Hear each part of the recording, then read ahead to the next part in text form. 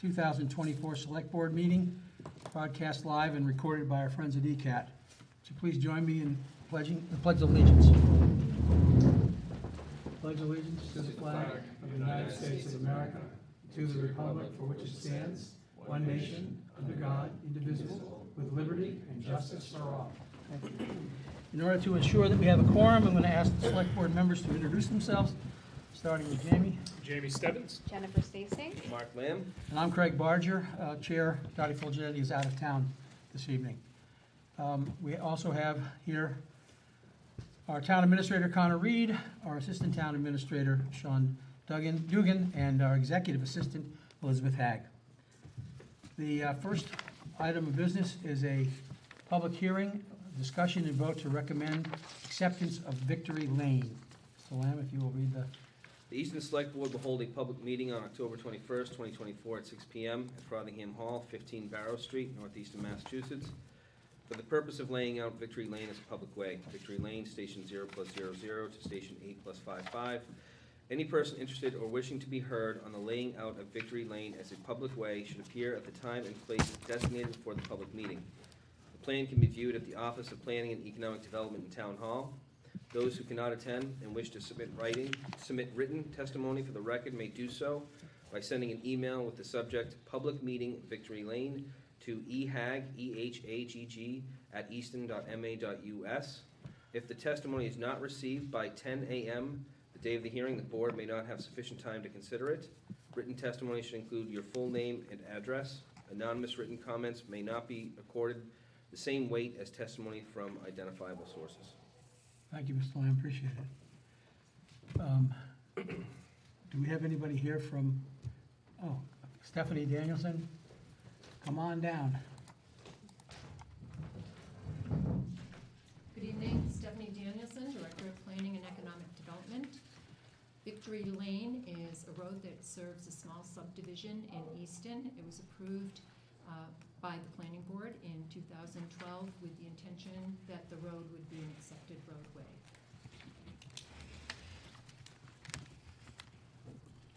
Any questions for Stephanie? It was mentioned in the article that the town had to finish up the project because the developer didn't.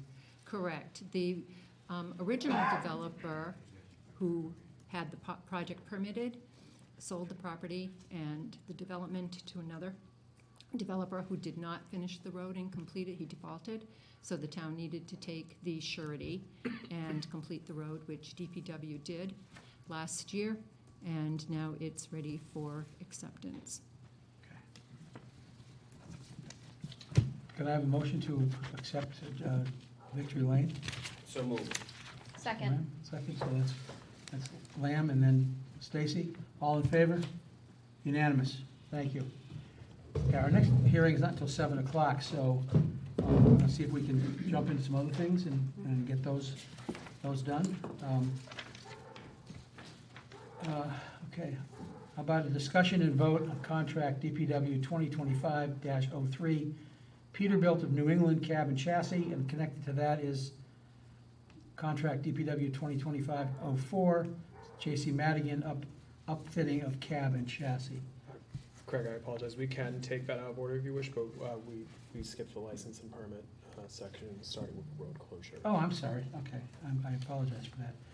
We have a road closure request for December 7th and 8th, 2024 Lions Club Holiday Festival. Lions Club President Rob Goodrich is here. Step up, Rob. Good evening, everybody. Good evening. So for the board's benefit, attached in your packet, you'll find a letter from the Lions Club as well as some information from our departments as far as for requests for the closure, requesting the Rockery section of Barrow Street be closed up to the Ames Free Library for the Holiday Festival December 7th, 2024, as well as December 8th for a portion of the day. The Lions Club is also requesting that Main Street be closed on Sunday, December 8th from the NRT Sheep Pasture to the Rockery for the holiday parade. This has been circulated to Police, Fire, Public Works, and Inspectional Services. Fire and DPW have no concerns. The Lions have been advised that they need to connect with Chief Boone as far as arranging detail officers, and with inspectional services relating to any large tents or temporary wiring. President Goodrich is here if the board has any additional questions. We recommend approval. Okay. You have some things you want to say, Rob, about the event? Well, I think Connor stole my thunder. Sorry about that. But this is the 39th year that we're holding the holiday festival for the town. It was originally handed to us by the Board of Selectmen, and we've been carrying the torch ever since. And we look forward to having yet another good year. And hopefully, weather cooperating, we'll have 2 days for the holiday festival. Lots of family-oriented activities. We're collaborating with the Oaks Ames Memorial Hall to have a concert that Friday evening. There'll be a show with Dance Express on the Saturday evening. The Troop 193 is also going to have their customary annual breakfast. We'll have bouncy rides, food that the Lions will be cooking, and also activities down by the Quessett House, the s'mores and the fire pits and so forth. So yeah, we look forward to it, and we hope that you all will come down with your families as well. It's always a great event, Rob. It's always a great event. Yeah, Craig, I just want to say to you, Rob, great to see you. You've had a long 12 months, Yeah. and I'm just really happy to have you here tonight, as are all members of the, not just Lions Club, but the entire community. So fantastic to have you here. Very excited about, yes, what this brings to the town, and certainly for my family, has had the opportunity to enjoy many years, and thank you for carrying the torch. Oh, no problem. My pleasure. We serve. You do. No, fantastic, thank you. It's been a staple in my family ever since I was a kid. Now my kids look forward to it every year. It's the kickoff of the holiday season for us. So I'm glad to hear it's not a pared down approach, that it's everything this year. So thank you for all that you do. And we're always looking for extra volunteers to staff the food booths and other activities. So if you or anybody else out there in ECAT land would like to volunteer, please feel free to contact us. You can contact me on my email directly, president@eastonlions.org, and I can make sure that your email is directed to the appropriate person. Can I have a motion to approve the road closure? Motion to approve road closure on December 7th and 8th. On December 7th from 8 a.m. to 6 p.m. and December 8th from 8 a.m. to 6 p.m. Can I have a Second. Second, we got a second. So it's Lamb and Stacy, all in favor? Fantastic. Well, Have a thank great you very event. much. Thank you so much. Appreciate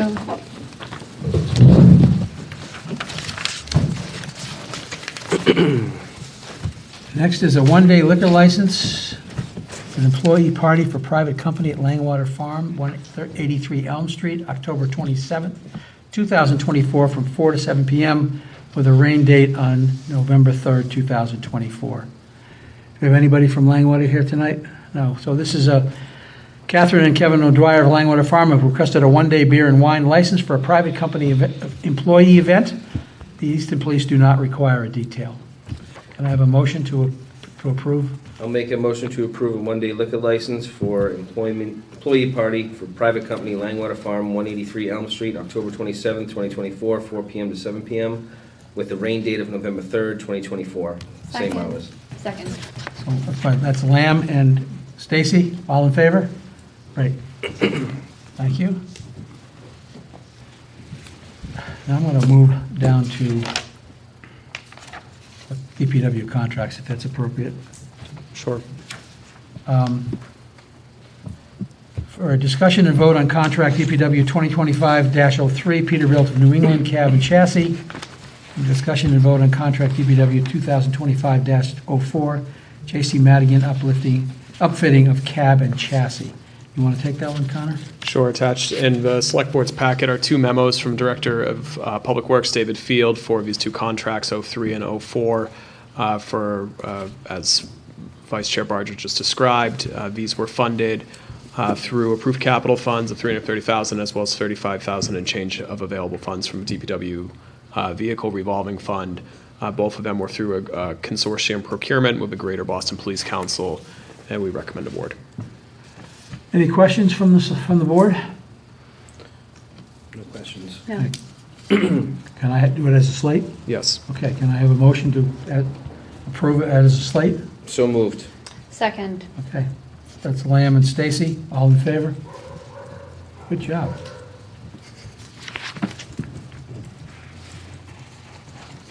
Should we go to, all right, we have 50 minutes, so we can We have a lot. go to I'm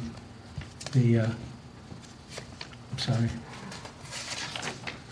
to the review and proposal to purchase town-owned land. Sure. If Okay. you'd like, I can just give a brief overview and Sure. introduce Joe and Holly. So, Yeah, just a little background reminder for the board.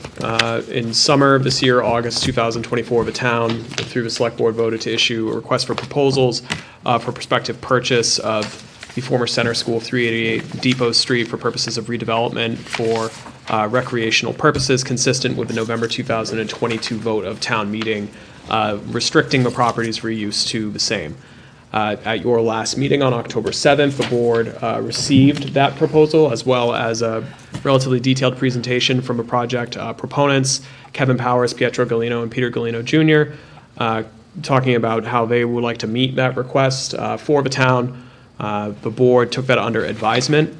Pursuant to what we laid out in the RFP, my office, as well as Granite City Partners, have reviewed that proposal to ensure minimum compliance with the board's request for proposals.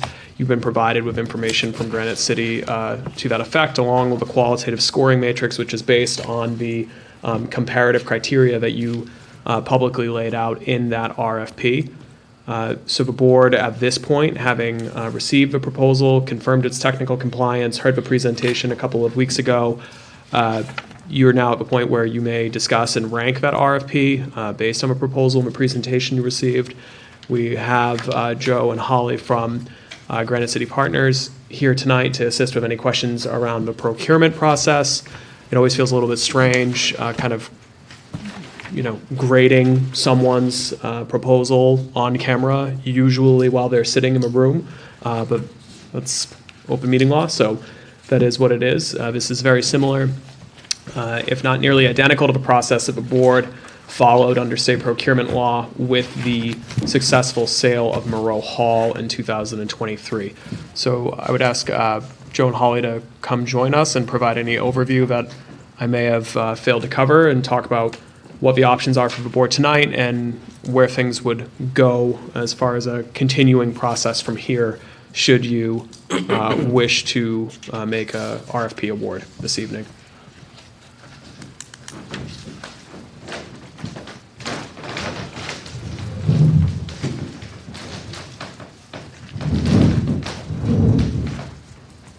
Thank you. Hello, I'm Holly Roach Robinson from Granite City Partners. I'm Joseph Shea with Granite City Partners. We've been working with the town now on the disposition of this land for about a year.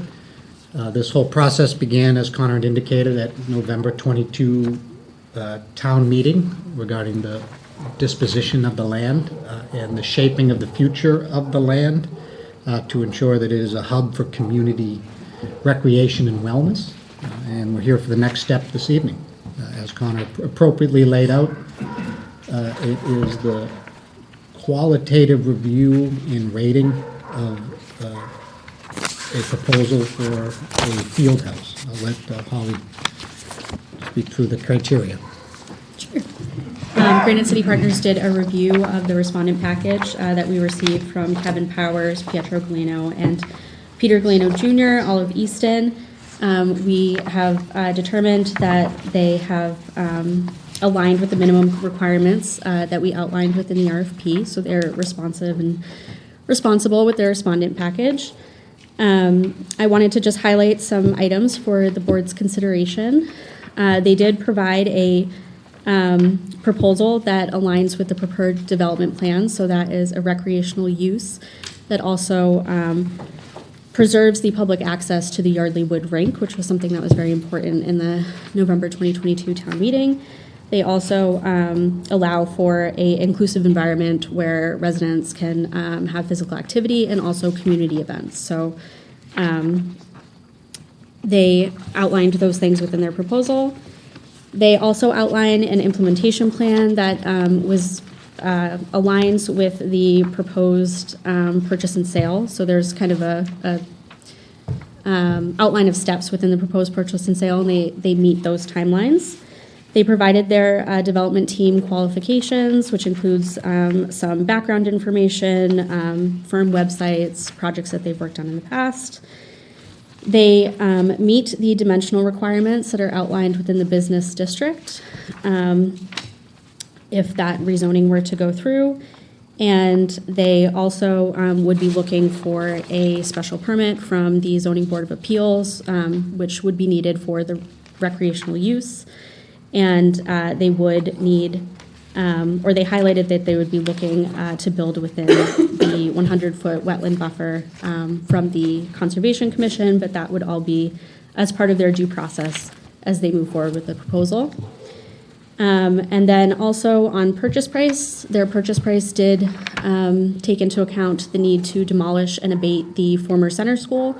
They provided a quote for that abatement and demolition from Southern Middlesex Industries. They are a DCAM certified business for asbestos abatement, demolition, and general construction, and Granite City Partners reviewed that quote, and we feel it's in alignment with prices that you would see in the market today. We did also provide some similarly sized, some are smaller, some are larger, but buildings within and around Easton that are indoor or outdoor recreational facilities, just for your awareness. And for a little more depth for the board, since the original proposal arrived in the October 7th meeting, there's been some more detailed discussions. We feel that the respondent team really does have an appropriate understanding of the next steps through the local process to shape the project. We're here tonight about the disposition of the project. However, there are a number of other thresholds before we get to a completed project. We also, as Holly had indicated, put in some comments about the business B zones and the massing of this project, which has also been discussed for your reference compared to what we assume will be competitors to this project when completed, which is a wonderful thing based upon the goals for recreation at this site and how it is directly in the middle of the town with new sidewalk access because of some of your previous projects in this area to activate health and wellness on this site.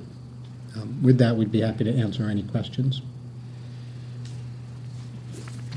Yeah, I was happy to see, thank you for putting some of the comparable facilities in here, because it gives us just a great snapshot of, like you said, some are competing and then others are just buildings within the town already, existing buildings. So that's very helpful. I think that was a conversation point last time we met. And I too appreciate the proposal being brought forward. So thank you, Joe and Holly, too, for helping facilitate this. You're very welcome. Jennifer? No questions. I just will echo what Jamie says, and thank you. This has been very thorough, and you've made the process very easy to understand. I have no questions at the moment. I was hoping you guys would have questions, which would kick off some thoughts here. We're going to have more. Yeah. Could you just explain to me why, I know this building's proposed height is 45 feet, and there's a bunch of other ones that are a little bit less, but what's the benefit or drive to go 45 feet? Do you know that? We can speak to our discussions with the proponent. We won't speak for the proponent. Okay. And that was that the proponent's application seemed to absolutely understood the existing zoning. Mm-hmm. The setbacks and heights on the existing zoning, the height limitation is 45 feet. So their proposal, as originally submitted, contemplated 45 feet. Okay. Through half a dozen discussions about the massing and the size of the building. I am comfortable saying that the applicant took those concerns quite seriously. Okay. Understood that in order to shape a project that's a win-win, they need to address the concerns of the town through the various future permitting steps to the maximum extent practicable. They've definitely heard that. Their proposal in terms of massing, like any proposal, is preliminary in nature. The details, the sizing, the dimensions are actually why we have the planning and zoning processes, as engineering design survey advances, those details become much more clear through the evolution. But again, that's through discussions with the applicant. They can speak, should the board choose, on their own on that matter. Okay. Just for your benefit, Mark, because you weren't here the last time, I did raise the concern about 45 foot. And then looking at some of the other sites having anywhere from 30 to 35 or 38 feet. So I did raise that concern, and I was very glad to hear that the applicants have taken very seriously our consideration and our concerns, and have spoken to both Holly and Joe about that. Excellent.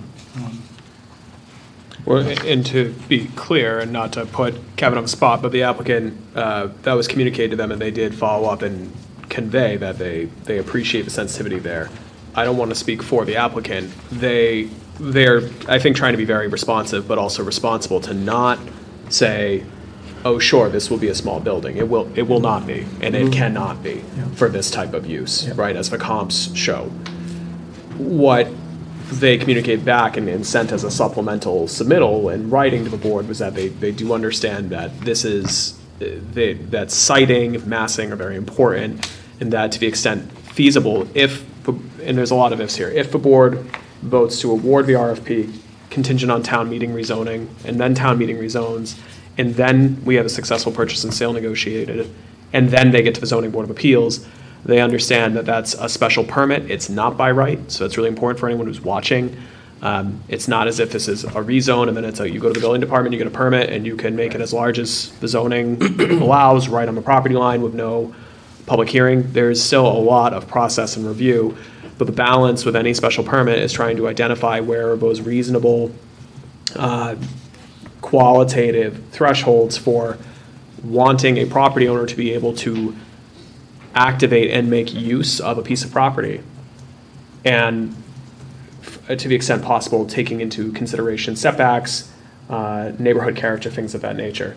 There are aspects of an indoor recreational facility that are just going to lead to this being a large building. And so I feel that's important to just make sure that we're all being clear about that, and to the benefit of the proponent, make sure that, we're not suggesting that it would be small. It would be a large building, for certain. And just as a reminder for anyone who's tuning in for the first time, that is consistent with the vote of town meeting to dispose of a property for recreational facilities or community centers. The height is an allowance of the business zone. Still requires a special permit, and the board's feedback was quite clear, and the applicant communicated that they understand where the board stands on that. They are also here, not to put them on the spot, but if there's a deeper level that the board wants to go, now would be your time. Do you have any particular questions you want to address to No, the applicants? at the moment I don't, and I know this is my only moment, but no, I don't. I very much appreciate the review that Holly and Joe did for us in this. I also was very impressed with the quality of the proposal from the applicants too. And I just for the size, because we have to have a soccer field inside, which is 65 by 110, the building has to be big. There's no two ways about it. It's just my issue was the height, that's all. So we have responsibility to complete the evaluation form. We can do that right after the meeting, or we can do it now, or you can do it now if you feel like you're comfortable filling it out. Well, to be clear, the board can fill it out for the procurement record after, but you, I think, should publicly now deliberate on, you have a draft of what a ranking could be based on your own standards. You are free to adopt that.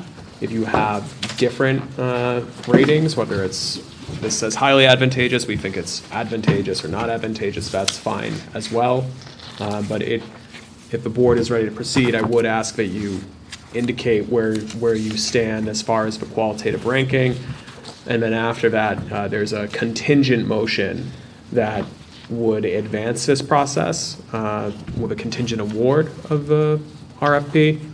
And again, that is still ultimately subject to a successful rezoning of a site at the town meeting, negotiation of a purchase and sale with the board.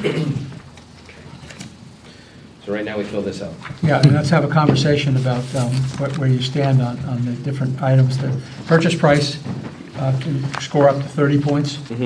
As you see from the purchase price, it's highly advantageous, it's advantageous, it is not advantageous, or is unacceptable. Those are the 3 points that you have to determine. And I'll just say, having reviewed, I agree with, and this was scored, I believe, by Holly. Joe, did you do a separate one? Or Holly? I did, You yes. did? Yeah, so, Yes, we were very consistent. All of our results were in the highly advantageous to advantageous range. Certainly nothing was unacceptable or not advantageous. These were finer points on a scoring system, really all at the upper end. so I'm going to concur with Granite City Partners on. I agree. I Correct. think it's highly advantageous, the purchase price. Are Are you you- agreeing with all of them, Jamie, or just that? Yeah, that no, first one? I looked, I had already reviewed Okay. all of them. So then just for the board's benefit, the kind of scratch rating there is a highly advantageous proposal price, which takes into consideration the cash offer as well as the in-kind value of the demolition and abatement. Advantageous on the adaptive reuse of a parcel. Advantageous on the experience and qualifications of a respondent team. Advantageous on the financial capacity to deliver the project. Highly advantageous on the management plan. I also agree with that. Okay. Mark, do you have any Nope, I agree. concerns about that?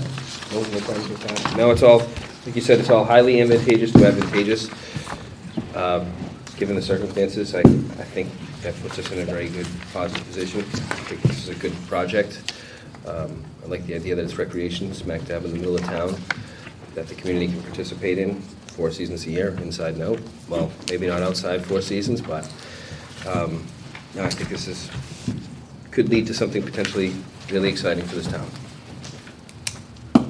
Anything else that you want to add to that? I think everyone was, when we met without you two, that economic development aspect, everyone kept on Yeah. saying, Mark will be so excited about this part. Well, it's going to bring in, I like where it's situated because it's on a state route, right? And it's right in the middle of our economic zones, our 5-corner zone, our Washington Street, Queesit zone. People will be pulled in from downtown. There's walkability. It's literally connected by sidewalk to every corridor in town. It's one of the most, if not the highly trafficked corridor in town. Yeah, it's first or second. So people who are coming into town along the way, they'll be making purchases, they'll be making stops, they'll be shopping at restaurants, even though your idea is to have a nice place inside to sit down and eat, which if you do, I can't wait to try it out. But it could act as a center spoke for all of these zones. So from an economic standpoint, I think it's slam dunk. So it definitely has my support economically, for sure. Yeah, I think it's also, the conversations I've had with folks who have been paying attention out in the world so far have been very positive. Folks are very excited about having an opportunity to have this sort of facility in our community. It's definitely a need for any parent who has children playing sports. You travel all over, and a lot of towns have these kinds of facilities, and we don't. So I think it'll be a huge value add, and it solves a lot of the challenges we have with the demand for space for sports across the community. So I will agree with that and many of the things you said. Yeah, I like the hub and spoke analogy. That's a good one, and it's true. You couldn't use that, It's by a the way, guys. fantastic, it's a fantastic definition. And thanks to Powers for being here tonight.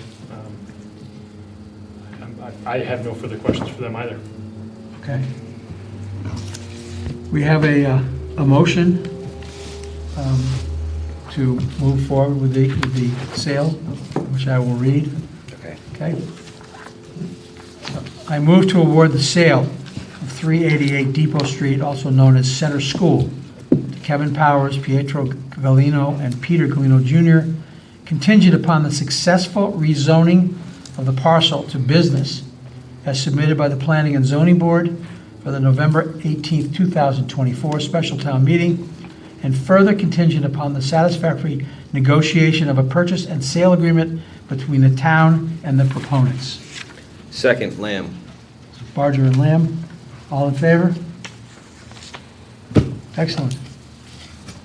Thank you, Holly. Thank you, Joe. Thank you very much. Congratulations. Thank you. Thank you, guys.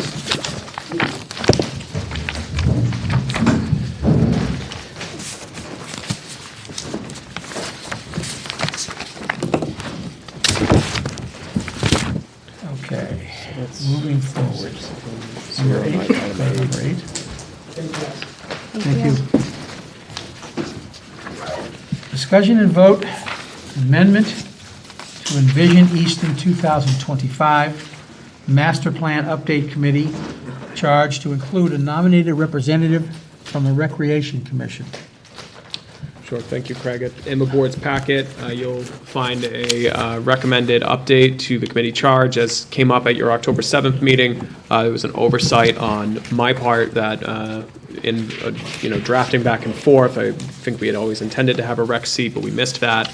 Recreation Commission is obviously very important to the ongoing planning for the town. They were heavily involved in the first master plan, and so we want to make sure that we have a rep from that committee with a seat on the master plan update committee, and so that's what the red line would accomplish. So we would request the board to vote to adopt the charge as proposed.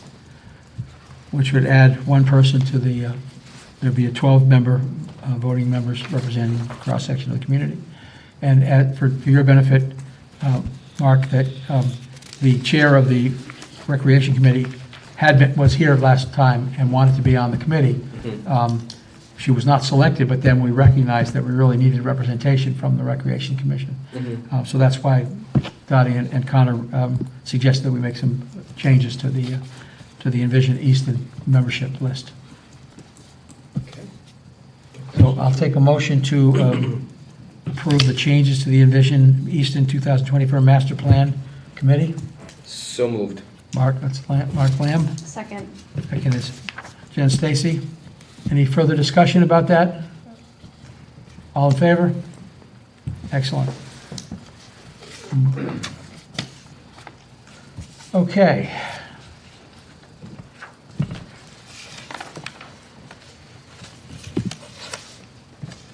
We want to, okay, we have the acceptance of a resignation from the Recreation Commission, Derek Pagno, with a seat expiration of June 30th, 2027. He indicated that he just is unable to attend the meetings because of a change in circumstances, but that he'll be interested in the future.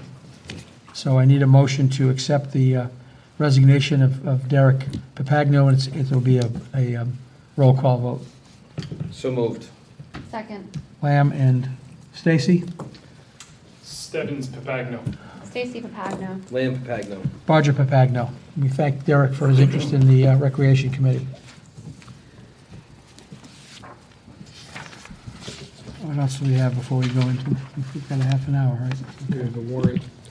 You want to go into the warrant now? Okay. Let's do it. Do it right. All right. Pardon me while I shuffle papers around. For the board's benefit, hard copy has the blue cover sheet in your packet. Thank you.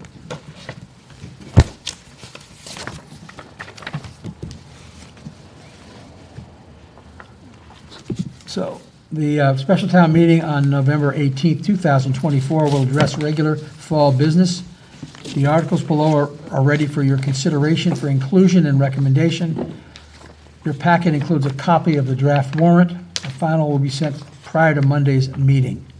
Please note that the purpose of helping to streamline borrowing requirements, the treasurer collector has requested a specific motion to be used for Article 4 only. And when we get to that, we'll use that, so. Connor, you want to Sure, head thank us you, off Craig. here? So for the board and the public's benefit of your meeting 2 weeks ago, you voted to include Articles 1 and 2 already. So starting with Article 3, that's an amendment to the fiscal '25 operating budget, relatively modest mid-year amendment this fall. It's only for one department. It's from fire department for $46,765, and that's related to additional funds to pay the cost of vacation and sick leave buyback for grandfathered collective bargaining employees who are retiring. Question that came up with Finance Committee and is worth reiterating for the board is that a smaller and smaller pool of our workforce are eligible for sick leave buyback upon retirement. In order to qualify for that benefit, you needed to have been hired many years ago. And so these are becoming less and less common. But that is it for amendments to the budget this fall. So I would recommend, request a vote to include and recommend from the select board. Do we have any Happy to questions or answer any comments for that questions. purpose? I do have a question. So, I've never seen this happen before, where they come back and they need funding for accumulated vacation, sick leave is required. So, and explain to me how it works. Do you have, you know how much accumulated, or the fire chief knows how much accumulated sick leave, vacation that is banked or stored until somebody cashes out at any given time. Like, that could be a number you could figure out relatively easy, I would think. How much do you consider, like, okay, how much of that is part of their budget every year? So this doesn't happen next year, because a one-time thing or once in a while is, I understand. Sure. But we don't want this to happen every year. Sure. So you made a good point there, and the same question came up with Finance Committee. This is becoming much more rare, so they don't typically have any kind of buffer there. This is also, I think, demonstrative. We've talked about a lot as we've tightened our budgets over time with kind of diminishing revenue margins. There's not, with as few of the employees who are potentially eligible for this as there are remaining, it doesn't make sense for the departments to carry that year to year. And so we would typically, when these do come up, have a special article. Sometimes it's through a budget amendment, other times it's through a standalone article, but it is infrequent. Yeah, it's very infrequent. Okay. So can I have a motion to include and recommend Article 3? Motion to include and recommend Article 3. Second. That's Lamb and Stacy. All in favor? Thank you. Thank you. Article 4 is a supplement to the fiscal '25 capital budget, so a relatively meaningful amount that's largely attributable to one project. Otherwise, it's relatively scant. Finance Director Nightingale is here, was with the Capital Planning Committee who recommended this and can answer more detailed questions. But the first two items, police cruisers, that's our annual fleet replacement. We typically fund these in the fall because at that point we know what free cash is, as well as cyclical computer replacements for the town. That's inclusive of public safety. Two large items you have are security system upgrades for the 3 schools, which is something that's been in the 5-year capital program for multiple years now, as well as fire engine, additional funds related to fire engine and ambulance replacement. In your materials, again, I think under, I don't know which color code it is, Elizabeth, orange materials, you have the actual capital plan submittals from the school department and the fire department that were reviewed with the capital committee and the finance committee, detailing these, but just high level, starting with the largest. So the school department, as you may recall, in the 5-year capital improvement program, there were 2 years, and when, Wendy, correct me when I start making mistakes, but there were 2 years of appropriations annually for approximately $1.5 million, and then 2 planned years of $4.5 million. Correct. So cumulative of a roughly $12 million project to bring the entire campus up to a standard commensurate with the new Blanche Ames School. In the submittal from Superintendent Dr. Cabral, you will see an accounting memo from their OPM SMMA that lays out the cost avoidance of approximately $1.6 million if the remainder of this funding, rather than being sought in annual chunks for the next 2 years, is appropriated or authorized more accurately now, leading to a net project cost closer to 9.6 compared to one north of 11 million. So the same logic that we often see with planning very large capital projects, where phasing it may make it cheaper, so to speak, in any one individual year, but the total cost and sum at the end is greater. In this case, the schools are requesting, and we in the capital committee agree, that because this is a borrowing authorization, and you can't sign a contract with the GC, even if it's for portions of a project, until the total appropriation has been voted, that this is the most cost-effective way to go about it. So again, there's more detail in your packet on that. Finance director can speak to any other questions. I know that our annual budget book usually shows the multi-year debt service cost of a project like this. That's obviously a substantial one. Wendy's closely tracking the sunsetting non-exempt debt of the town's capital budget, and we have a nearly commensurate amount of debt being paid off in the window that this debt would ramp up. So it wouldn't be a pure new net debt cost. So that's the school project, and then fire has two items. Wendy, I am going to ask you to explain the fire department, please. Sure. So the first item in the article, it's fire engine additional funds. About a year ago, the fire department, they had an engine that was in an accident. We had insurance money to replace it. What they decided they were going to do was go with 2 mini pumpers instead of 1 engine. However, they did get the mini pumpers in. They've been having a lot of mechanical issues with those. So the vendor has agreed to take them back at the full cost, and they're just going to replace it with a stock engine. But that engine is slightly more at around $39,000, so they're looking for additional funds for that. There will be some funding from the fire department to offset that. They have money in their fire revolving fund, and there was some $10,000 from there and about $11,000 from the insurance recovery account that is still in there. So we'll use that towards the $39,000. The other item on there was ambulance replacement. The fire department has been having some issues with the vendor of the Horton ambulances. They were not able to get a definitive date on when those ambulances would be ready. They were looking at a minimum of 3 years, and even with 3 years, they couldn't guarantee a delivery date. So they looked for other options, and they found another dealer that, you're not paying for the name for a Horton ambulance, but they've got one ambulance that we're going to get in between February and May, and they also got a price to get 2 additional ambulances. There's currently an appropriation for 1 ambulance for about $480,000, and we're not going to need that whole amount. So we're looking to advance with between like the savings from that and additional Medicare money, that cost recovery funds that they got in, we will use that towards this additional ambulance. The newest ambulance right now that they have on the fleet is a 2021. They will be getting a new one in February, March, but you're still going to have significant age on these ambulances. And because of now this time lag in getting the new ambulances in, they're looking to at least be able to get order two at the same time, and they would be ready more in the scheme of like 18 months instead of 3 years. So that's why they're looking to advance this purchase.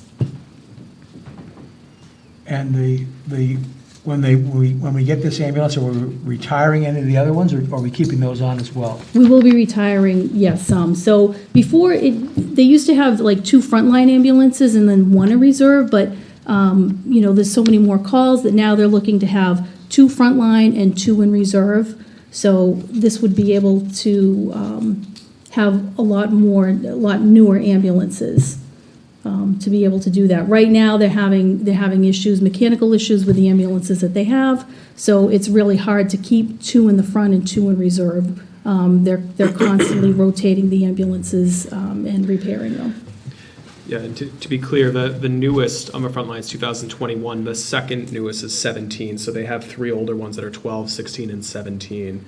And so the chief is looking at this. We had the appropriation from the spring. I believe that was in the high 400s, as Wendy had indicated. He's found another dealer that is in the mid-3s, which is obviously a good cost savings, but this request for an additional 380 would allow basically to purchase two. And it's appropriating funds that have come through Medicare recovery, through ambulance transports, and getting them a little bit ahead on their 5-year program. So my only concern when we hear about, I know that Chief Alexander is, maintenance, is certainly very mechanically inclined. But if we're buying less expensive vehicles, and I think you were gonna say something about name brand recognition isn't as good, and these are $100,000 less. But if we're having mechanical issues with these well-known, units that are $100,000 more, what are we potentially getting into? Now, again, I'm gonna lean on Chief Alexander's expertise here, that he's confident that when we spend $383,000, we're gonna get a vehicle that is gonna hold up and hopefully perform better than some of the other units. I'm sad to hear too about the mini pumpers, because Yes. when we got them, they were a big boom to, basically service. They were helping us meet some needs that we couldn't meet with a full engine, and it just looked like they were gonna be just a great addition to the fleet. So now that we're having these maintenance issues, that's too bad, because that looked like Yeah, it was disappointing. a real good cost savings and good addition to the fleet. I have a school question too, or less of a question than, and Craig, am I out of order here, or are we in the right order? So have we looked at the fact that we went from Moreau Hall, Parkview, and Center School to Blanche Ames, and the bill we have right now for the security improvement upgrades that we're making, have we looked at what it would have cost had we had three instead of, three schools instead of one? Because then that makes, 6 total rather than 4 schools that we're. Sure, it's a good question. No, we haven't, just because it would be kind of back-looking, but I think something that's important there is that one of the reasons why those older schools were such a challenge is because they were in such rough shape, their value was so low, that you couldn't do a project like this at one of those schools without triggering ADA compliance. And then at that point, right, so that was one of the discussions years and years and years ago, often in this same room, of, well, why do we need this new school that's very expensive? Wouldn't it make more sense just to fix up or address only the most pressing issues of a school, do a security upgrade, do an HVAC upgrade? As you can see here, these are multi-million-dollar capital projects for those upgrades, but those are buildings that are assessed in the $2 to $3 million range. At that point, you trigger coming into full code compliance, and you're basically building a new building at that point. I'm just saying that to me is something that, I'm happy that we're not, right? A, we're not triggering, B, we're getting the security, the level of security that is up to date, and we didn't have to, worry about these 3 other buildings that were never going to meet those codes, because to your point, we weren't ever going to be able to pump the kind of capital into them that would have been required. So it's just something that I think worth pointing out, because I think people see this, that's a lot of money. It is. Could have been a lot more if we were chasing right now, we're enjoying the cost avoidance of having done this project and brought Blanche Ames online, and we're reaping the benefits of that. That's right, and it gets more useful life out of the remainder of the campus, right? Because that's another question that often comes up when you do a large debt exclusion, which is why wasn't the town doing more meaningful investments along the way to get more life out of these buildings, right? And this is what that looks like. A new high school is a $250 million+ building, right? So appropriating or authorizing an additional $6 million is no small amount, and we never want to be flip about that, but that scale matters, right? And so if you extend the life, the utility, and the security of a 20-year-old building, it helps you, buy more good time in those facilities. It's important to keep, in mind the scale that when you're looking at RO, EMS, and OA together, replacement costs for those buildings, hundreds and hundreds of millions of dollars. So. I just wanted to add one more thing too, that we're hoping that it's actually not going to be $6 million, that it's going to be more like $5.6 million. The school department is planning to set aside some of their ESSER money, $400,000 of that. They've gotten approval from DESI to do that. They have to get special approval to do that, but they're waiting for federal approval also to use the $400,000 towards that project. So it's pretty likely, but it's not, it's not official until we get the word. But it's very likely that we will get approval for that as well. Thank you, Wendy. So I'll ask Connor this question about ESSER grant funds. Is that going to affect services for our kids if we use the $400,000 for security? Or is that something that, you know? This was planned by It the was school, so planned, yes. I don't think it's coming at the expense of something else. And I don't know the exact dates with ESSER, but I know that was, I think the third round of ESSER was authorized under the American Rescue Plan Act at the same time as our soon-to-be expiring federal grants. Okay. So I think that the closing window on there is one of the factors of consideration why it's beneficial for a capital program.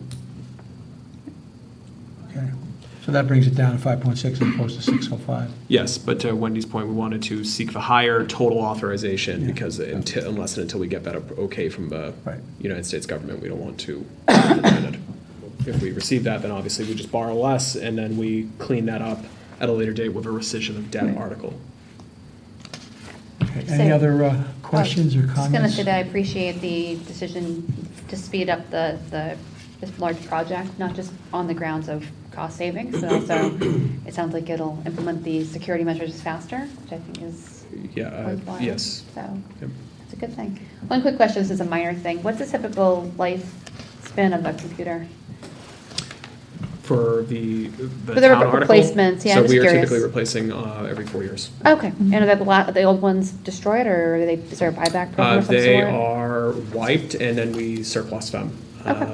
And they're usually not worth substantial money, and Yeah. so we put them, I think, out through Municipid or something similar, and then often they'll be reused for programs with nonprofits and things like that. Great, thank you.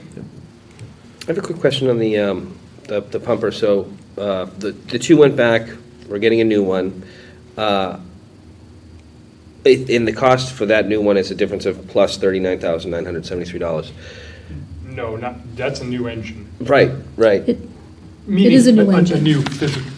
Not a new engine, meaning they're not going back, right? Those two pumps. No. Oh, no, they're going back. Oh, they Going are back, we're going getting back. Yes, one. yes, so the mini We're pump. getting so- one full-size so, engine. Yes, Yes. it's not replacing the engine of the mini pumpers, it is replacing the mini pumpers with a full-size fire engine. Right, And the 39,000 is the only cost? It's a cost differential, yes. Oh, that's. yes. Well, that was my question. Is that the only cost? Because oftentimes, we go through this and then, things come back around, we have it on site, has to go back out to get outfitted for this, or outfitted for that, or done for this, done for that. We're in the whole 39,000, so I just want to make sure that it's not coming back to us, and then it's gonna go back out again to have something else put on it. Right, no, this is it. Okay. And when do we anticipate the ambulance replacements, but what's the timeframe for the engine? Right, when's that gonna be So, delivered? So fire engine fleet currently is 04, 13, 19, 23. Our 2004 and 13 engines require constant upkeep. The 2019 engine, although newer, is the least reliable, has been a problem its whole operational life. The fire engine is our second top prioritized capital priority. There was a request in fiscal '26. That engine has a 3-year lead time. Let me see. I don't know the exact time, but I think it will be coming in relatively soon. It's not gonna be your typical. Sooner, it is a light-duty, full-sized engine to fill the void while awaiting the 3-year lead expected on a heavy-duty engine, if that is approved in fiscal '26. Yeah, that's another engine that's in the capital 5-year plan but plan. has not been approved yet. But this is more of like a stock engine, Okay. and it's not gonna be your regular, normal, like, lead time that you would Right. normally anticipate. I get you, so, I mean, I would have to guess 6 months, less, more. I'm not putting anyone on the spot, but if we're down 2 currently, and we're on hold waiting for 1, there's a period of time where we're down 2 entirely. So when you say down to, you're referring to The two mini pumpers that So have already gone back. I'm fairly certain that the mini pumpers were a pivot to try something new. I don't think they were anticipated to replace 2 full-size engines. I think Yeah. it was the funding for one that could purchase 2 mini pumpers. That's why it seems like a great potential new model. So I don't think we're down 2 full engines. Okay. I think we were originally planning, and we'll get a follow-up from the chief for the board on this, but I think the original plan was, as we have historically done, through the normal cyclical replacement of the engine fleet, the dollar amount of these have been going up and up and up. So the chief had that opportunity to look at, oh, look, these mini pumpers, we could get 2 smaller, more dynamic vehicles. We got them, and they just haven't worked. So I think from the fire department's perspective, this was making the best of a tough situation where we were able to negotiate the full trade back price for those 2 minis and go back to the more traditional engine for, in the scheme of things, a relatively modest cost differential. Thank you. Any other questions or concerns? Could I have a motion to include and recommend Article 4? Motion to include and recommend Article 4. I'm sorry, you have a particular article there. Where is it? It's here in bold. So bond council likes to see, and you'll see this moving forward, that for fall town meeting funding, although it's very common for us, they do like to have us acknowledge that we feel that the timeliness here is important So you have outside that of the marked spring under funding. Number 10? Yep, the bold portion. Yes. I move to include and recommend Article 4 for the capital request, including the security system upgrades for 3 schools, fire engine additional funds, and ambulance replacement, as delaying the funding of these items until the preparation of the next capital budget would not be in the best interest of the town. Second. And it's Lamb and Stacy. All in favor? Thank you. All right, we're approaching 7 o'clock. So I'm wondering if we should take a 2-minute break and then have the 7 o'clock hearing, and then we can go back to the articles on the warrant, if that's acceptable to everybody. Okay, so let's take a 3-minute break. ECAT?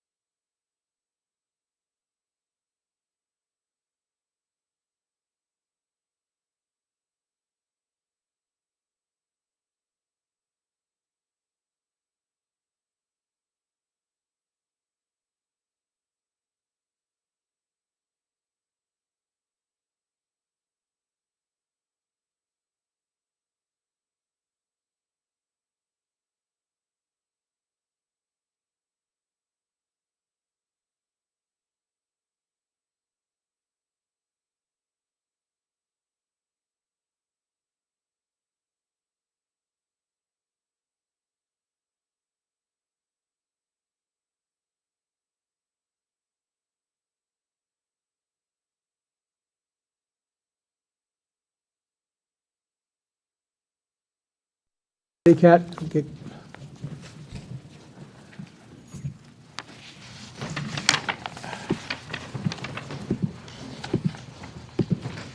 The second public hearing is a hearing on a Class 1 auto dealer license, Morris Motor Sales Incorporated, doing business as Silco Volkswagen of Easton, 661 Washington Street. Jennifer, if you could read the, Yep. The Select Board of Easton, as licensing authorities, will hold a public hearing at Frothingham Hall, 15 Barrow Street, Easton, Massachusetts, on Monday, October 21st, 2024, at 7 p.m., to consider and act upon an application for a Class 1 license from Morris Motor Sales Incorporated, doing business as Silco Volkswagen of Easton, 661 Washington Street, Easton, Mass., to engage in the principal business of selling new motor vehicles pursuant to the provisions of Massachusetts General Law, Chapter 140, with a plan on file at the Select Board's office. Those who cannot attend and wish to submit written testimony for the record may do so by sending an email with the subject, Public Hearing, Silco Volkswagen of Easton, to ehagg@easton.ma.us. If the testimony is not received by 10 o'clock a.m. the day of the hearing, the board may not have sufficient time to consider it. Written testimony should include your full name and address. Anonymous written comments may not be accorded the same weight as testimony from identifiable sources. thank you, Jennifer, appreciate it. Thanks, Craig. I'll just give a brief overview. The board may be familiar with the development that's taking place at 661 Washington Street. And so the applicant is the owner of that property and is seeking a Class 1 license to sell new vehicles. We've sent the application around to town departments for review, and the only outstanding issues are they are in need of a building permit and some backflow testing devices through the water division, which they're aware of. And so should the board approve the application tonight, it would just be contingent upon final sign-off from all town departments. And then Abby Silberleaf, who is the general manager of Silco VW, is here in case you have any questions. Welcome, Abby. Yeah, so we're a family-owned and operated dealership. We're fourth generation. I'm the fourth generation. My father, Adam, and he's usually here, but he's away at another meeting. But him and I are heavily involved in the day-to-day operations at both stores. I primarily work out of the Volkswagen store. As an auto group, we've been in business for over 60 years, so we've been serving the surrounding communities for quite a while. But someone who grew up in Easton, I graduated from OA in 2017, so I'm excited to be back in the community. Thank you. Does the board have any questions for Abby? I do not. Do not either. I do not. That was pretty easy, Abby, huh? So is there a special motion for this, or Just the motion, if you choose to approve it, should just be contingent upon final sign-off from town departments. Mark, you want to give that motion? Motion to approve the Class 1 auto dealer license for Morris Motor Sales Incorporated, doing business as Silco Volkswagen of Easton, 661 Washington Street. Second.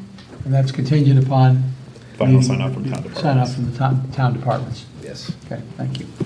So that's Lamb and Stacy. All in favor? Thank you. Thank you for doing business in Easton. Thanks, Abby. Thank you. What's the planned opening date? We're still aiming for middle of December. Still on track, so Great, awesome. hopefully before the end of the year. We're excited to see it. Thank you. Thank you.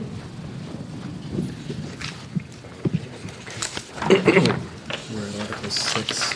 So now we go back to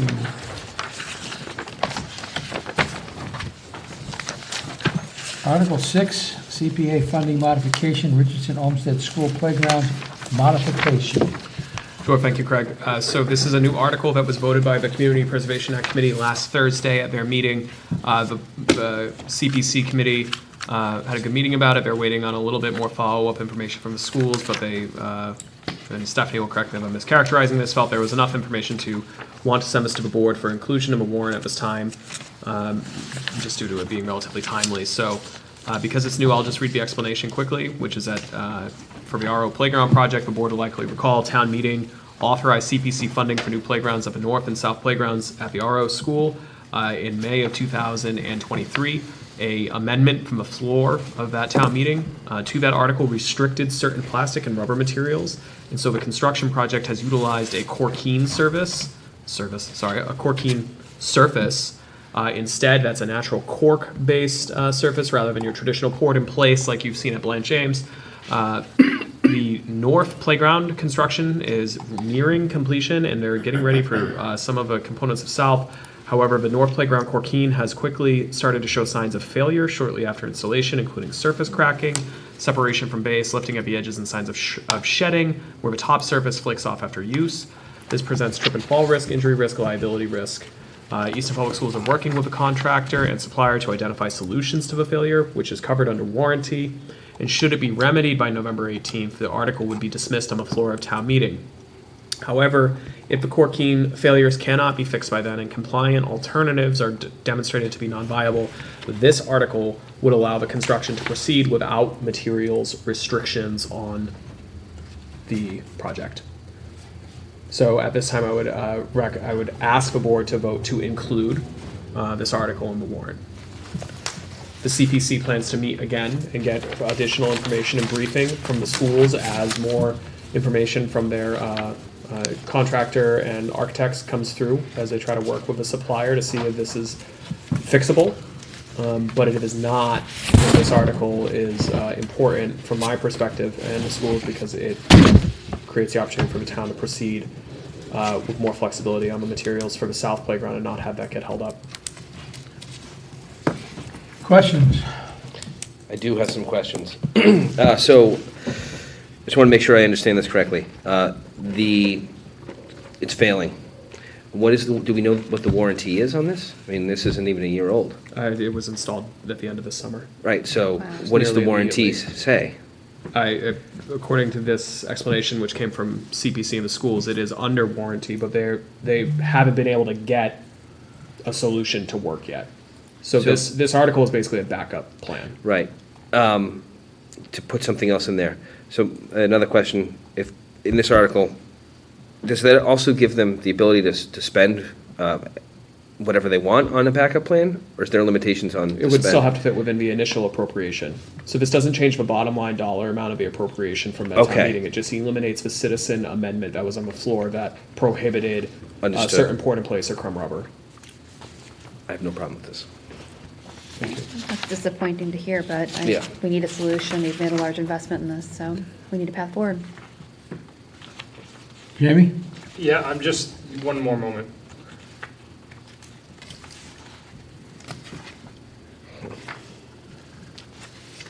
That is a record for a failure in a product. It was before Record time. children even stepped foot on it. It was Yeah, failing. that's crazy. And Crazy. then while it was fenced off, some children had gotten on there and they saw some deterioration and then wanted to see, once it opened, right, what continued deterioration would happen. And so it's just failed from the Very very disappointing. beginning.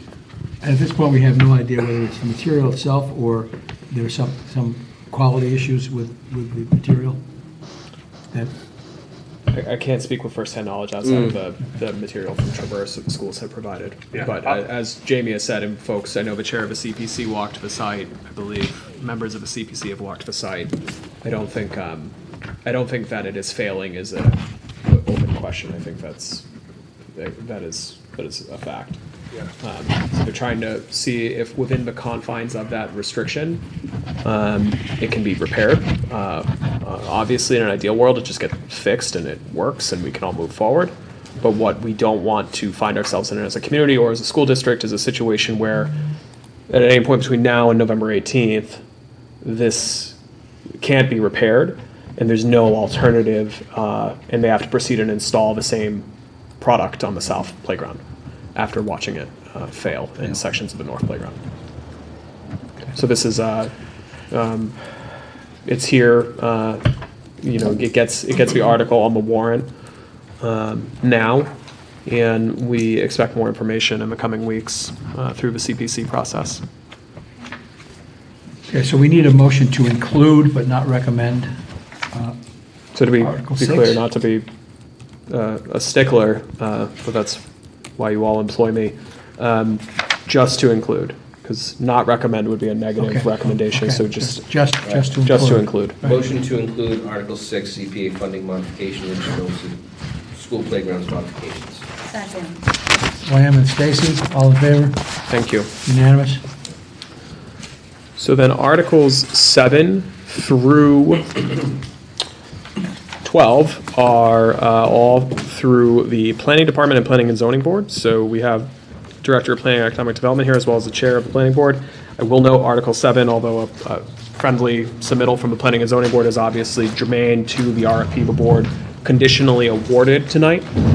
So Article 7, obviously our colleagues from planning are free to add to it, but this would rezone Center School's lot from recreation to business based on the RFP and the vote of town meeting in 2022.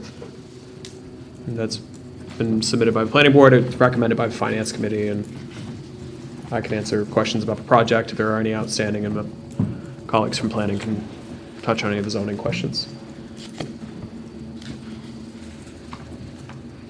Any questions, or you have a chance to ask Robin and Stephanie questions?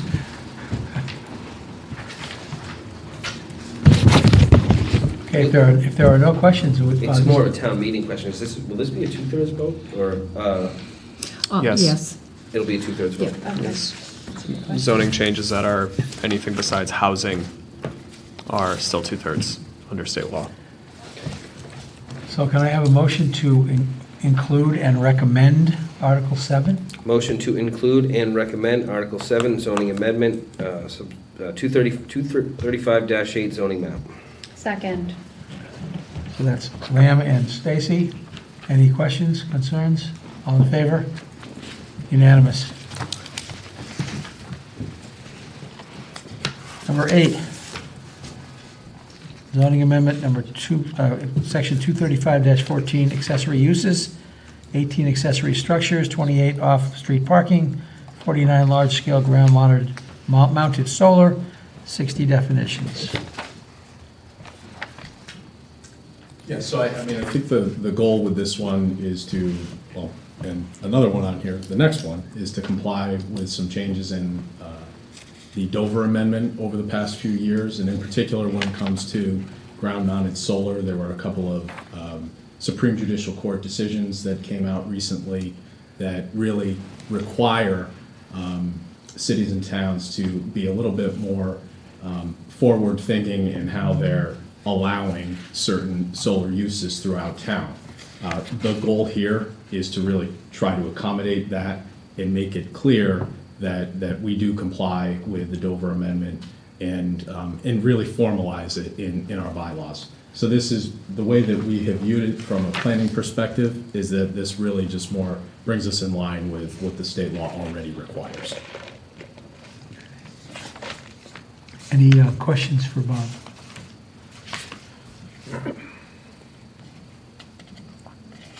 I can't tell if they're reading or. Yeah, studying.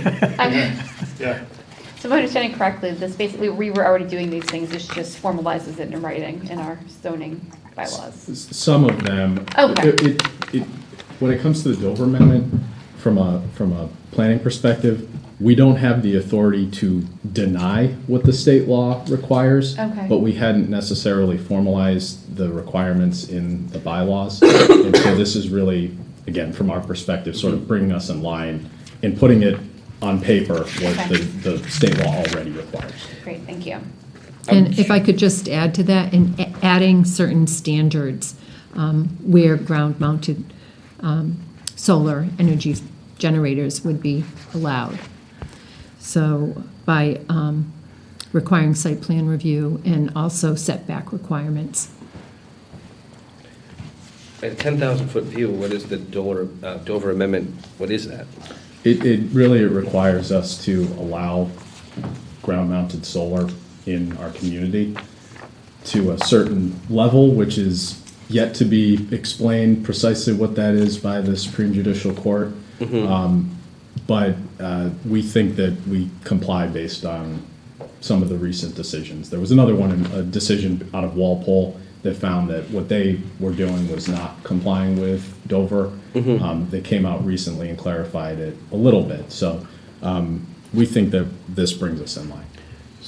Could I ask to clarify, so Article 8 in particular, as it pertains to solar, right now, folks can do small-scale solar systems, I think, throughout town, is that correct?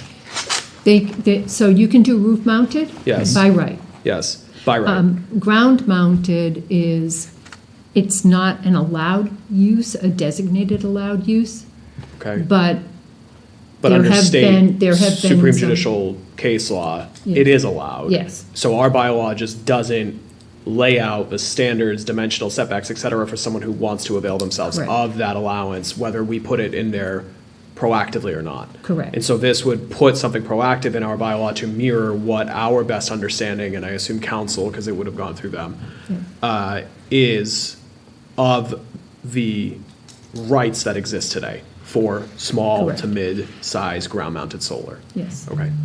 And again, the idea being to offset a generator, right? So rather than if I wanted to not have a fossil fuel burning generator, it's however many solar panels ground mounted. If I also didn't want them on the roof of my house, it's however many that would require, and I don't know. But that's kind of where this is going, right? Because that's the way it's written in here, is to help to decrease the use of fossil fuel energy generators and is consistent with town's intent to reduce its overall carbon emissions. So if I'm a homeowner, that's what I'm thinking. If I've got a, I don't know how many watt generator, but it's how many watts then in solar, ground mounted solar, do I need to offset that? Right. Yep. Okay, just for the board's reminder, there's a supplement to your warrant with all the really, really technical minutia that we also post for the public as far as setbacks and things of that nature for this and all the zoning articles. Any Just other note that questions? I interpreted the word generator there differently to mean like the generation of fossil fuels, not an actual physical generator. Okay. It's just a nuance. I don't know if that matters when it comes to town meeting, but Did I read that You- right? It's to I interpreted it just a little bit offset like differently. an actual generator, right? Is that correct, or is generate? So the generator is the unit. The That's the physical- Yeah. Yeah, like And which a there's a lot of people definition. use for So backup your, power if your your power goes array out. of solar panels is a generator. Is that Yes. what you were thinking, Jamie? Yeah, well, yeah, helping to decrease the use of fossil fuel energy generators, Let's call them engines, and that. right? A gen set. Yeah. And, you know, I think he's talking about like an actual like backup supply of, Power on your property. yeah. yeah. No, that's Oh, not, that's yeah, not what I think we were That's not- talking more generally about reducing fossil fuels as opposed to Right. the specific use of generators. Okay, Right, because this does yes. to me, in turn, helping to decrease the use of fossil fuel energy generators. Something that generates fossil Anything that fuels. generates. Right, like in any engine, anything, Yeah. just like Yeah. we're doing our But that's an part. interesting point, because if you're it may need clarification at town meeting. Yeah, just I to mean, make for sure me as a it's- homeowner, that's what I'm concerned about, because I live in a 250-year-old house and Oh, I'm not you- gonna put don't. solar, I can't put solar No, you panels make on a it. valid point, because you could read that and say, hey, I have a Generac system. You gonna come after that next? Or like, is that, Well, no. you're not what- gonna disallow me from putting that in, or Oh, replace I that guess for what a I'm saying wind? is, I if mean, I knew I could use a solar? portion of my land to put land-based solar panels, I would be interested in doing that rather than a generator. And my roof cannot support, because of the way the house was built, there's no more, load capacity available to put solar panels on my roof. I mean, certainly it could do that. It could allow that. That wasn't exactly how we intended that word to be used. We intended it more broadly, but Got it. I think that you have presented a very convincing argument that Yeah. we should consider including our presentation at town meeting. Yeah, I think it's just probably worth clarifying it, that Sure. it's more broad than that specific. Yeah, no, I appreciate it, though. Thank you for the clarification, Jamie, appreciate it. I think they helped us clarify it. I just helped muddle it. that's I was all. like, wow, I had a different interpretation of that. Does this article change anything? I mean, it sounds like it changes things that are, but it's all germane back to ground-mounted solar. Is that fair? Yes. Okay. So can I have a motion to include and recommend Article 8? Make a motion to include and recommend Article 8. Second. That's Lamb and Stacy, all in favor? Unanimous. Article 9, see if the Town of Easton will vote pursuant to Mass General Law, Chapter 48, to amend the section of the zoning bylaws of the Town of Easton, adopted at town meeting March 27, 1973, and amended through May 20th, 2024, to remove restrictions on the interior area of residential units as printed in the supplemental entitled Zoning Amendments, Section 235. Yeah, so on this one, this came in through a request from the developer at the old Foundry site, and there had been some interest in developing some, or I guess finishing some of the basements over there. And what we learned from the bylaws is that the way that the bylaws were drafted, they may not have been perfectly consistent with state law and zoning. In a sense, they had sort of regulated the interiors of homes, whereas zoning is more regulating exteriors, use, land, and you really aren't supposed to do, limit bedroom numbers, for instance, and whether you can have a finished basement or not. So this was sort of prompted, that was kind of the background here. And so what we're trying to do is to sort of pull back on some of those internal to the home regulations and make it a little bit, again, there will be a theme here tonight, make it a little bit more consistent with our understanding of state law. And just a little bit of clarity here, this is related to the compact neighborhood overlay district zoning. The rest of the town's residential zoning does not restrict or try to regulate interiors of residential, single-family homes. Right, It's so just this overlay within district this- is an outlier in the Right. town's residential zoning Right, from that so perspective. it's and this- consistent with the law and consistent with the rest of the zoning. Okay. And it doesn't change the density allowed on site or the dimensional setbacks either, that's what zoning really That's should be in what's- the business exactly. regulating. That is not changing. So this doesn't change The the massing. maximum amount of units or anything like that. It just takes the hand of zoning outside of the interior of one's home. Understood. We do limit the number of bedrooms is tied, and obviously septic's not a concern there because they're tied Right. to sewer, but when we look at, so we do, That's not not zoning, zoning. that's Title V and Board of Health on the septic. limits the number of bedrooms per Right. whatever system size you have. Well, you have to have a system that matches the number of bedrooms Sure, that you have right. in that instance. And certainly building code can also regulate interiors, and Right. that's the primary reason for the Right, building. but you can't have a bedroom in a basement without proper egress. And ventilation, and Okay. yes, yep. Okay. No questions from me. Neither. Okay, can I have a motion to include and recommend Article 9? So moved. Second. Lamb and Stacy, all in favor? Unanimous. Article 10, zoning amendment accessory dwelling units, Section 235-44 and 235-60. See if the Town of Easton will vote pursuant to Mass General Law, Chapter 48, to amend sections of the zoning bylaw of the Town of Easton, adopted at town meeting March 27, 1973, and amended through May 20th, 2024, by amending the provisions regulating the development of accessory dwelling units consistent with state law as printed in the supplemental titled Zoning Amendments, Section 235. So as you sort of just alluded to, this is continuing on that theme of complying with state law.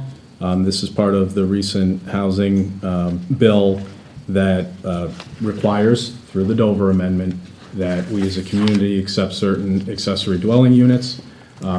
We had already been doing that in some form, but our bylaws required some revisions in order to comply with our understanding of the state law.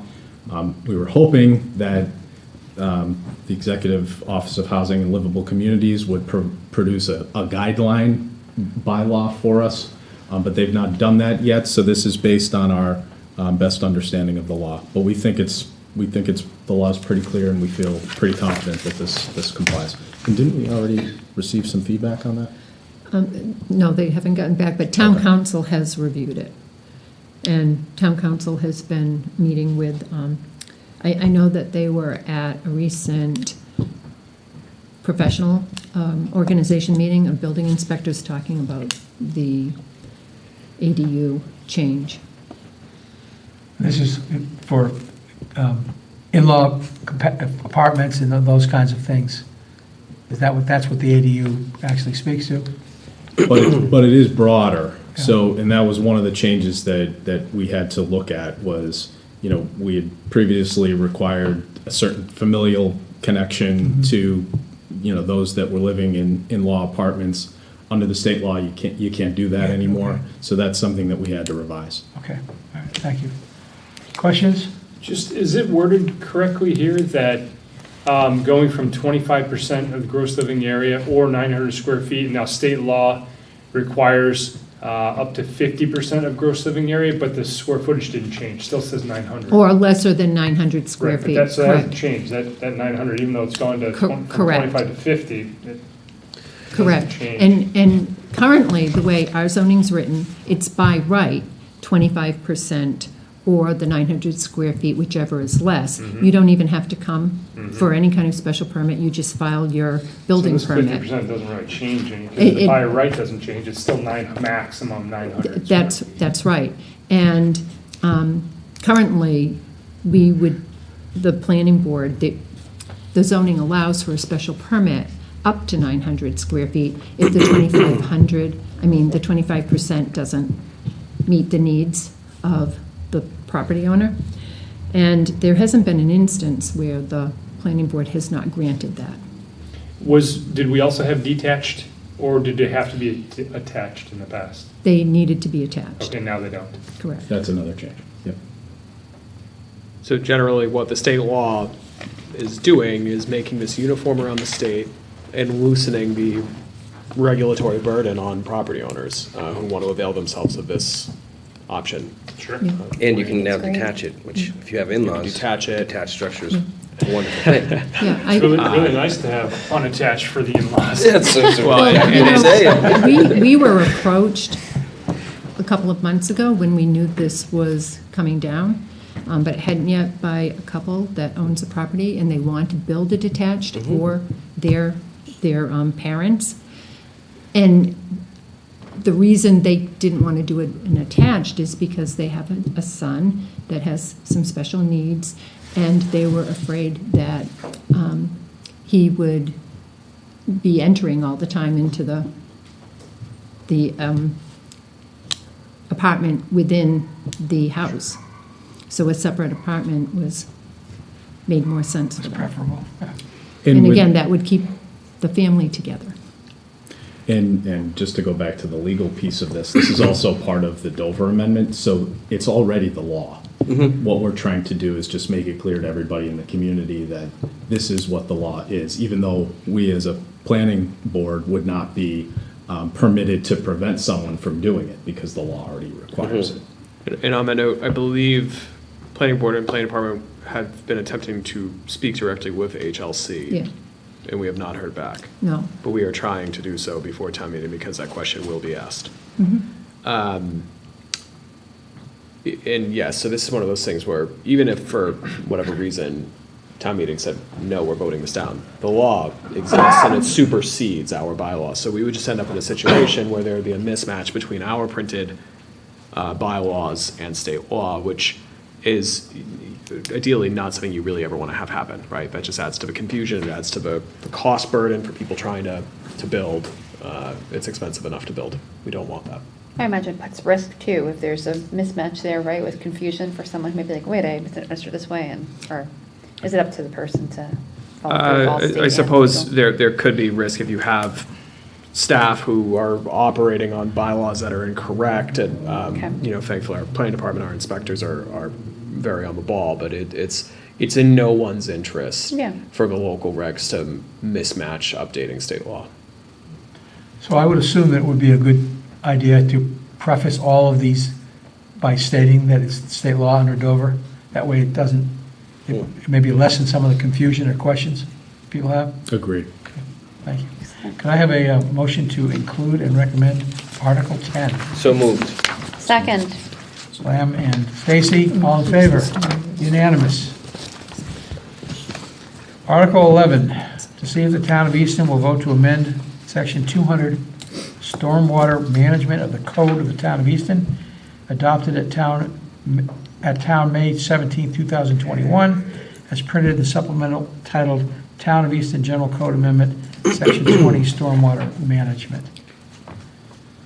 So again, this is more cleanup. This time it's federal law. And it came to our attention that even though we were doing everything as required by the stormwater law, the 2016 National Pollutant Discharge Elimination System requirements, that we had them kind of all over the place, and the requirements were not uniform.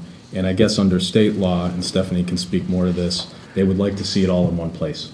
So what we've done is we've tried to do that, and that's really the goal here, is to, again, comply with existing law. Yeah, and this is actually compliance with the U.S. Environmental Protection Agency requirement for stormwater management. And again, it's consolidating the administration of our stormwater management review and ensuring that properties where they're disturbing more than an acre of land or disturbing in an area that's going to cumulatively equal more than an acre of land, that there is pre-construction stormwater management and there's post-construction stormwater management. The final sentence in the explainer here, I think, is important, is this is making sure that our code is clean and reflects whether state law or federal regulatory agencies, but it doesn't add additional permitting requirements compared to what we have today, or change the existing permitting requirements for construction projects in town. Correct, as Bob mentioned when he started explaining, we're already doing this. Great. Okay. Can I have a motion to include and recommend Article 11? So moved. Second. Lamb and Stacy, all in favor? Unanimous. Thank you. Thank you. Thank you very much. Nice to see you guys. Have a great night. And then Article 12 is associated with the hearing you held earlier, although it feels somewhat duplicative. I would ask that the board take a vote to include and recommend. That is the town meeting component of the acquisition of Victory Lane. That was your 6 PM hearing. Can I have a motion to include and recommend? So moved. Second. Lamb and Stacy, all in favor? Thank you. So that is the end of your warrant. Greg, you have a motion here. All right. Okay, so regarding motion to sign the special town meeting warrant, a motion to authorize the select board to sign the warrant for final posting if, in the chair's judgment, no additional timely articles are necessary for the special town meeting's consideration, provided that the warrant must be signed and posted no fewer than 14 days prior to the town meeting. Second. So that's Barger and Lamb. Any discussion? All in favor? Unanimous. Okay. That takes care of all the business. Am I correct? Outside of minutes we're and gonna notes. Move to accept the minutes of October 7th, 2024. So moved. Second. Lamb and Stacy, all in favor? Unanimous. Thank you. Town administrator notes. Sure, thank you, Craig. So we are off-site today, and we appreciate ECAT because we know it's a lot of work to get off-site because our normal boardroom, the Corona boardroom, is being used for early voting. Early voting for the presidential election started this Saturday, October 19th. It continues through Friday, November 1st at the town hall, town offices. That's 136 Elm Street. Early voting is available for partial days this week. I'm not going to read all the hours at the risk of making a mistake. They're open from 9 a.m. to 3 p.m. this coming Saturday. They'll be open during all the town offices' regular business hours next week. And so, we encourage folks, you have a lot of choice for voting. You could early vote in person. All of our information is at easton.ma.us/vote. And we really appreciate Danielle Sicard and her whole team, all of our poll workers, town clerk's office. Early voting's great. Vote by mail is great. Election day is great. But that's a huge expansion of responsibilities for clerk's offices around the state where, especially with weekend voting, these folks are working functionally 7 days straight for weeks at a time leading up to elections. So it's a lot of work. Obviously, a lot of pressure, really as mission critical of a function as you can really get in local government, which is ensuring people have a safe right to vote. So go get your sticker and be kind. And thanks again to our team for doing that work. Do we have any select board minutes, notes, questions, comments? Not at this time. Just one thing that I wanted to make the public aware is that, as we know, we tragically lost Mark DeCudo from the DPW, and his wake is on the 23rd of this month, this Wednesday, at Southeast Funeral Home at 93 Center Street from 4 to 8 p.m., and the funeral is on Thursday, 10/24 at 10 a.m. at the funeral home. Thanks, Craig, for bringing that up. Just one other comment was, because it's rapidly approaching, will be the Veterans Day parade and just honoring all those who have served. And so if we can make it out, it's a Monday this year. I know the kids will be off, and I look forward to participating along with, I think, almost everyone on the board is going to be there this year. So it'll be sounds like a wonderful turnout. And thanks to Jason Snyder, too, for all the work he and Kristen Kennedy are doing behind the scenes to coordinate and prepare for that. Thank you, Jerry. I understand you're going to be speaking, too? If asked, yes. I look forward to that. Do you want to hand these in to you, or these, Yes, after the board adjourns, you can make sure they're complete and handed in. okay. Do you have any other notes from the other members? No, not today. Thank you. Motion to adjourn? Okay. Second. Lamb and Stacy, all in favor? That's unanimous, too. Thank you, Elizabeth. Thank you, ECAT.